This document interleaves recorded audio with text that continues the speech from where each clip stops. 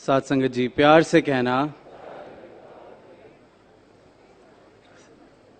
साथ संगत जी, इतना सुंदर नज़ारा, समागम सेवा की इनॉग्रेशन आज सदगुरु माता जी ने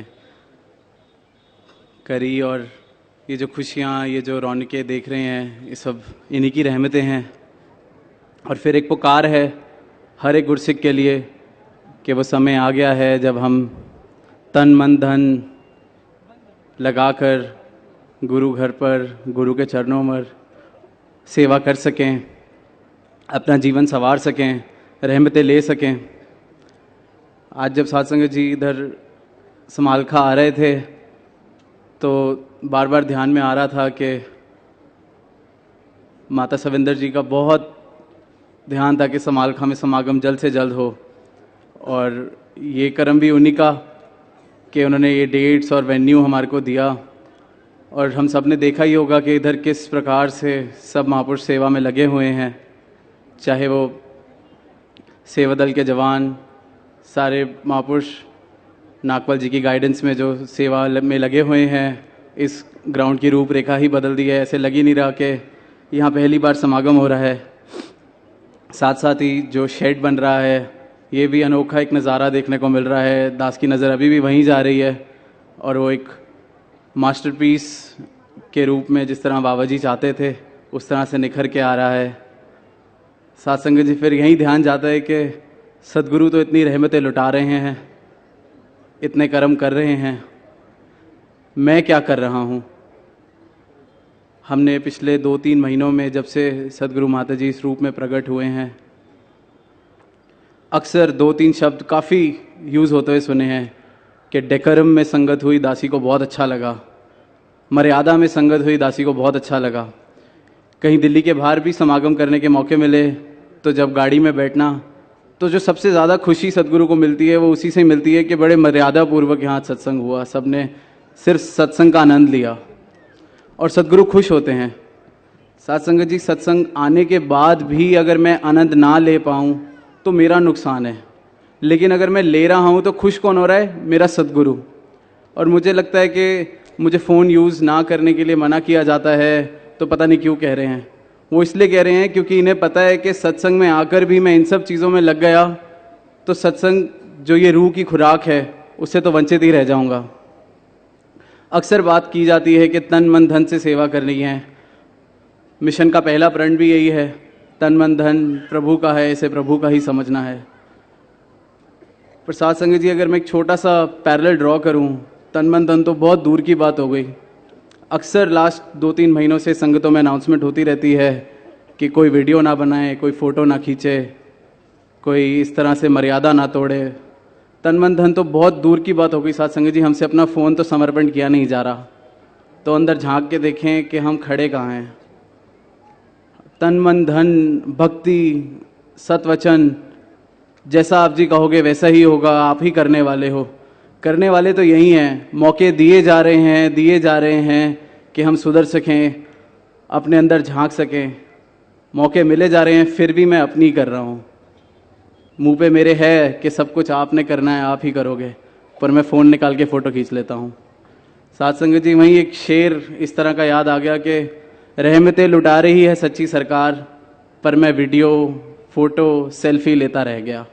तो साथ संगत जी, ये हाल ना हो जाए कि जो इस सत्य का ज्ञान, ये जो निरंकार हमें दिया जा रहा है, यहाँ के हम इन छोटी चीज़ों में ना लग के रह जाएं और अपना तो नुकसान करते ही हैं। साथ संगत जी, आसपास का डेकोरम ख़राब करके हम संगत की मर्यादा को भी हिला देते हैं, और वो सदगुरु को कतई पसंद नहीं है।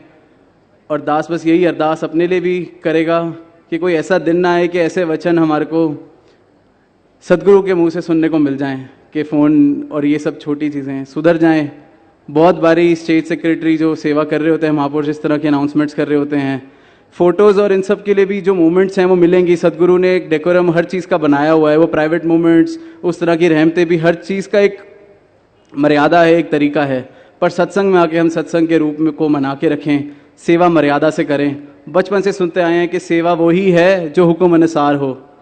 अगर हुक्म में लिखा है कि यहाँ प्याऊ पे सेवा करनी है तो प्याऊ पे सेवा करनी है, महापुरुषों को पानी पिलाना है। फिर मेरे को वहाँ अपना दिमाग नहीं चलाना, कि मैं अभी वहाँ चले जाता हूँ, अभी यहाँ पे कम है, ज़्यादा है, जिस तरह से आदेश आ रहा है वैसे सेवा करनी है। सेवा का मतलब ही वही है, वरना हेल्प, जिस तरह एनवाइस पे भी ये टॉपिक डिसाइड हुआ था, जब मैं डूअर बन जाता हूँ तो सेवा का भाव खत्म हो जाता है। गुरुदेव हरदेव में सदगुरु बाबा हरदेव सिंह जी ने भी फरमाया था कि सेवा वही है जो हुक्म अनुसार है। बाकी आप अच्छा कुछ कर रहे हैं तो वो अच्छा कर्म हो सकता है, पर सेवा वही है जो सदगुरु का वचन आया है, उसको मानना सेवा है, उसके अनुसार कर्म करना सेवा है। और सेवा हम अपने लिए करते हैं साथ संगत जी, हम बखूबी जानते हैं, चाहे तन की, चाहे मन की, चाहे धन की।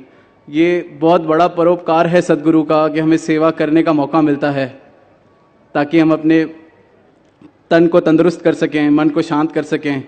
और धन का तो कितने अनगिनत ऐसे एग्जाम्पल्स, कितने महापुरुष अपने मुंह से ही बताते हैं कि कुछ होता ही नहीं था, इस दर से ही सब कुछ मिला है। सेवाएं की हैं, नमस्कार की है, तो वो भाव होना चाहिए। ये हम किसी को दिखाने के लिए नहीं कर रहे या किसी को बताने के लिए नहीं कर रहे। मेरा भाव अगर है सेवा का, तो वो बीज, जिस तरह से छोटे होते थे सुनते थे कि हम बीज डाल रहे हैं, लेकिन बीज में अगर मेरी इंटेंशंस, मेरी थॉट, मेरी भावना ही ठीक नहीं है, तो वो बीज ने करप्ट उसी वक्त हो जाना है, चाहे डालो चाहे ना डालो, वो एक बराबर है। तो गुरु की तरफ समर्पित रह के भक्ति की तरफ चलें, गुरमत की तरफ चलें, जिस तरह सदगुरु चाह रहे हैं वैसे चल सकें। दास बहुत छोटा है, आप सबका बच्चा है, यही अरदास बार बार आप सबके चरणों से भी मांगता है, सदगुरु माता जी के चरणों से भी मांगता है कि गलती से भी किसी का कभी भी किसी भी कारण, जाने अनजाने, कभी भी किसी का दिल ना दुखा दे। दास बहुत सी गलतियां भी होती होंगी, दास उसकी भी माफ़ी मांगेगा। और हम सब पूरी साथ संगत के लिए आप जी के चरणों में अरदास कि जैसे जैसे आपके वचन आ रहे हैं, हमें इतना बल बख्शो, इतनी सद्बुद्धि बख्शो कि एज इट इज़ मान सकें। क्योंकि आप जी को मालूम है कि वचन नहीं मानेंगे तो नुकसान हमारा ही है, फिर भी आप ही समझाते रहते हो। तो कोई आपका बच्चा ठोकर खा के नुकसान ना खा ले, ऐसा आशीर्वाद दो कि सबको सद्बुद्धि बख्शो, हम आपके दिखाए हुए रास्ते पे चल सकें। जिस तरह जिस तरीके से आप जी लेके जाना चाहते हो, ऐसा ना हो कि कोई वंचित रह जाए जो रहमतें आपने लुटानी है उनसे। दास सबके लिए यही अरदास मांगेगा। और समागम आ रहा है तो बखूबी सब पहले से भी बढ़ चढ़ के सेवा कर सकें, सबको तंदुरुस्तियाँ मिलें। माता जी इतनी कृपा करें कि तन करके, मन करके, धन करके आगे से आगे बढ़कर सब सेवा करें। और जो समालखा में इस रूप में पहली बार समागम होना है, माता सविंदर जी का बहुत बहुत खास, इस तरह जो लाइट हाउस वाला भी एक इवेंट हो रहा है, उन्हीं को ट्रिब्यूट करते हुए माता जी ने हमें बोला है that we have to become a lighthouse for humanity. तो लाइट हाउस बाहर के लिए बात की बात है, हम पहले अपना घर संभालेंगे। मैं खुद को इंट्रोस्पेक्ट करके जब गुरमत के रास्ते पे चला लूँगा तो लाइट हाउस अपने आप बन जाऊँगा। मेरे को बताने की ज़रूरत नहीं पड़ेगी कि मैं लाइट हाउस बन गया हूँ। I will be a light shining, guiding everyone. तो बस समर्पित होके सदगुरु माता जी के वचन को एज इट इज़ मान सकें। भक्ति में और गुरसिक्खी में कोई इंटरप्रिटेशन का स्कोप नहीं होता। अगर इन्होंने रात को भी दिन बोल दिया तो दिन है, दिन को रात बोल दिया तो रात है। दास को भी यही अपने लिए भी अरदास मांगेगा कि ऐसी सद्बुद्धि बख्शो कि जैसे जैसे माता जी चाह रहे हैं वैसे वैसे ही चल सके, और आगे बस आप सबकी सेवा यूं ही जैसे माता जी चाहते हैं कर सके। साथ संगत जी प्यार से कहना, धन्यकार जी।